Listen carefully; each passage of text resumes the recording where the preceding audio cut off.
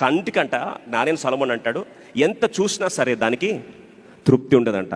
కన్ను ఇంకా చూడాలి చూడాలి చూడాలి అని కోరుకుంటుంది.